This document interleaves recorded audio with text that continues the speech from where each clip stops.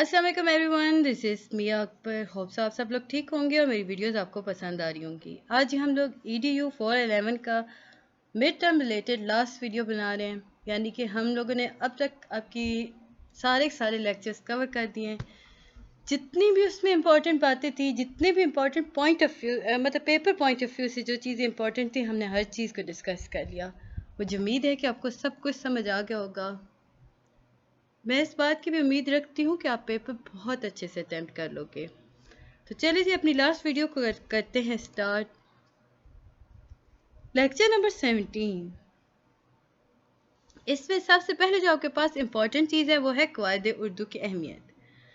कवायद ज़ुबान से मतलब इससे मुराद वो मुतलका असूल ज़वाबित हैं जिनसे आगाही के बगैर हम कोई म्यारी ज़ुबान सीख नहीं सकते।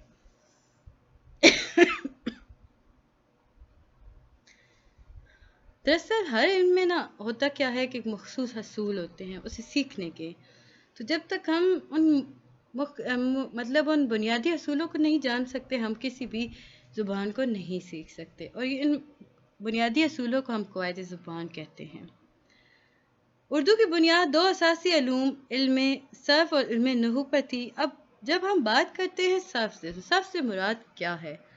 सर्फ से मुराद लफ्ज़ी तश्कीलात से आगाही देने वाला इल्म है, यानी अल्फाज और उन्हें कैसे तरकीब देना है, उनसे किस तरह जुमला बनाना है। मुज़क्कर हो गया, मोनस हो गया, वाहिद, जमा, और ये सारी चीज़ें आ जाती हैं हमारे पास इल्म सर्फ के अंदर। अब इल्म नहू क्या है? नहू से मुराद जुमले के अज्जा और जुमलाती तरतीब से आगाही देने वाले इल्म। यहाँ पे हमने बात की जी अल्फाज की, तरकीब की। यहाँ पे हमने पूरे जुमला और जुमलाती तरतीब के बारे में बात की। ये दो इसमें डिफरेंस है। किसी भी बात और इबारत को समझने के लिए ज़ुबान के असूलों से आशनाई ज़रूरी है। याद रखिए, ज़ुबान के असूलों से आशनाई बहुत ज़रूरी है। अगला टॉपिक आपके पास आता है कलमा और महमिल। हर बामानी लफ्ज़ जो होता है वो कलमा कहलाता है, जबकि वो अल्फाज जो हम बोलते हैं लेकिन उसके मानी नहीं होते उसे मुहमिल कहलाते हैं। लाइक रोटी, वोटी। अब रोटी का तो मानी है चाय, वाय, चाय का मानी है, वाय का कोई मानी नहीं। तो इस तरह ये मुहमिल लफ्ज़ होते हैं। अगला आपके पास आता है जी कलमे की मुख्तलिफ सूरतें हम देखते जाएंगे। इसम जो है वो अरबी ज़ुबान का लफ्ज़ है जिसका मतलब होता है नाम, यानी किसी शख्स, जगह या चीज़ के नाम को इसम कहलाते हैं। फ़ेल हो गया, वो काम जो आप कर रहे होते हो या किया जाना होता है उसे फ़ेल कहलाते हैं। हर्फ हो गया, यानी अल्फाज की वो बुनियादी इकाई जो तन्हा तो कोई मानी नहीं रखती, लेकिन जुमला इसके बगैर अपने मानी अदा नहीं कर पाता, उसे हर्फ कहते हैं। इस्म की अक़साम बाएतबार मानी। अब हम देखते हैं इस्म की अक़साम क्या क्या हैं। इस्म हमने अभी बात की अरबी का लफ्ज़ है, तो इसकी हमारे आपके पास दो अक़साम है, इसमें मारफा, इसमें नकरा। मारफा क्या है? किसी ख़ास शख्स, किसी ख़ास जगह या चीज़ के नाम को इसमें मारफा कहते हैं, यानी कराची हो गया, सिंध हो गया, जना कैप हो गई, ये सारे इसके एग्जाम्पल्स से। इसमें नकरा यानी किसी आम शख्स, जगह या चीज़ के नाम को इसमें नकरा कहते हैं। शायर हो गया, लड़का हो गया, यूँ समझ टोपी हो गई, ये सारे आम चीज़ें थी। अब इसमें मारफा की भी इकसाम है हमारे पास। इसमें ज़मीर यानी वो कलमा जो किसी शख्स, जगह या चीज़ के नाम की जगह इस्तेमाल हो, उसे हम इसमें ज़मीर कहते हैं। अब एग्जाम्पल है कि असलम एक अच्छा लड़का है, वो वक्त पर उठता है। अब जो वो है, वो ये जो लफ्ज़ वो यूज़ हुआ, ये असलम के लिए यूज़ हुआ ना, तो ये इसमें ज़मीर हो गया।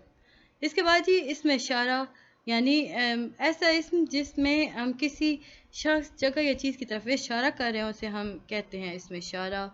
इसमें मौसूल वो कलमा जो इस वक्त तक बामानी नहीं बनता जब तक कोई और जुमला इसकी वजाहत नहीं करता। अब अगर आपके पास एक लाइन है कि जिसकी तुम बात कर रहे हो, अब ये वाज़ेह नहीं है क्या कर रहे हैं, क्या हुआ, ये सारी बातें अभी मुबहम है, यानी छुपी हुई हैं, तो हम कहेंगे कि जिसकी तुम बात कर रहे हो ना, मैं उसे नहीं जानता। अब ये बात कंप्लीट हो गई, तो इसमें मौसूल बन गया।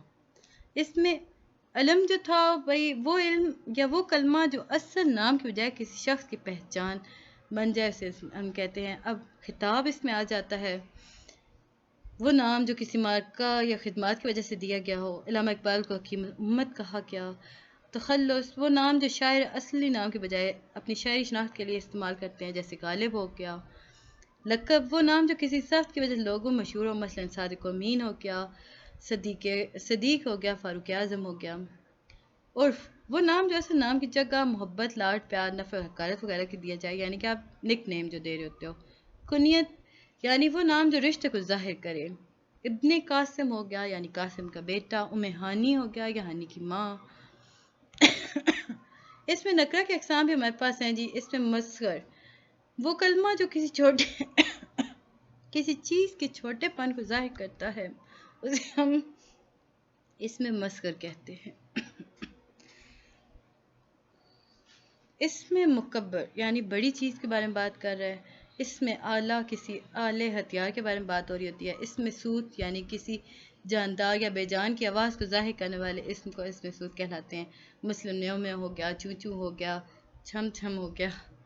اس میں ظرف زمان وہ کلمات جو وقت کو ظاہر کریں، وہ اس میں ظرف زمان کہلاتے ہیں۔ اس میں ظرف مقامات کے بارے میں بات کر رہے ہوتے ہیں۔ نام سے ظاہر ہے، بہت آسان ہو جاتا ہے، آپ پریشان مت ہویا کریں۔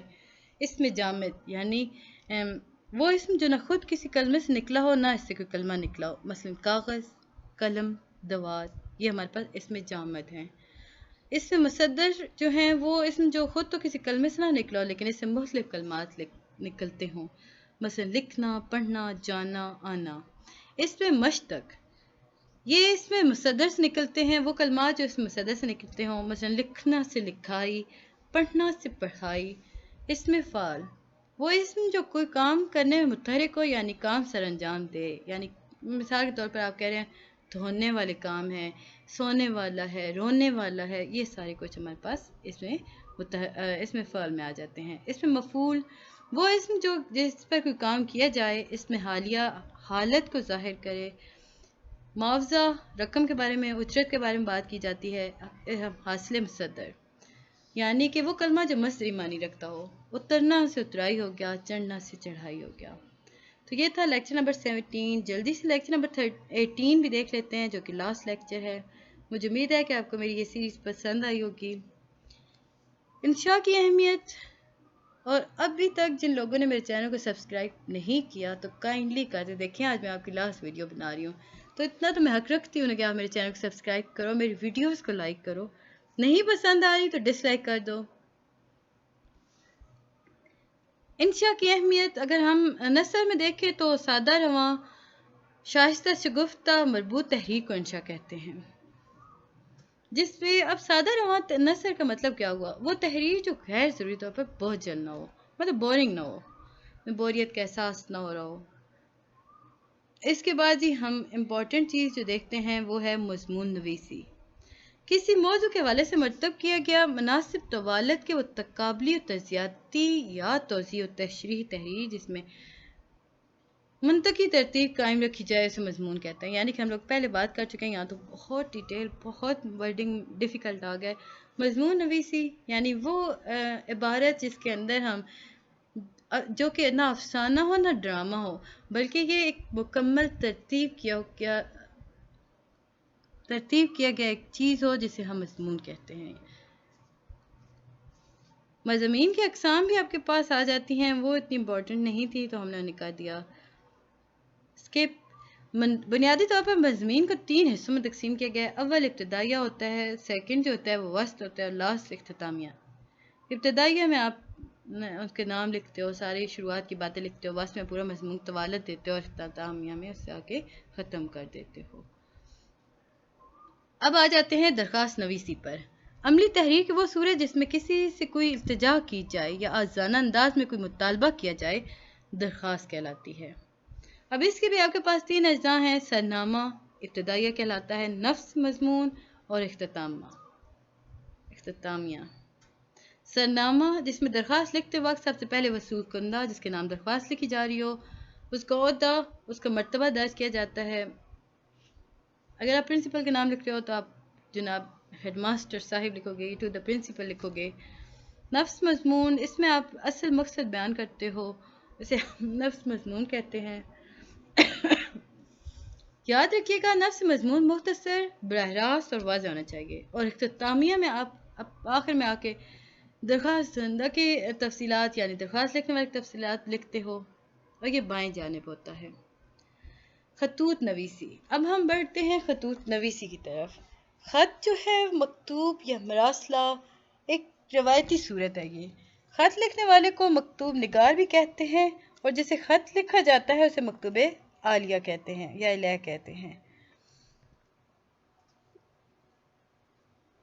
अब खत में आप लिखते क्या हो? मकाम रवानगी और तारीख। सबसे पहले आप दाहिनी जानिब लिखते हो, मकतूब निगार अपना पता लिखता है।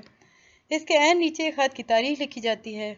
अलकाब व अदाब। अब इसमें होता क्या है, आप जिसे खत लिख रहे हो उसे किस लक़ब से पुकारते हो, उसके साथ आपका क्या रिश्ता है, आप वो लिखते हो।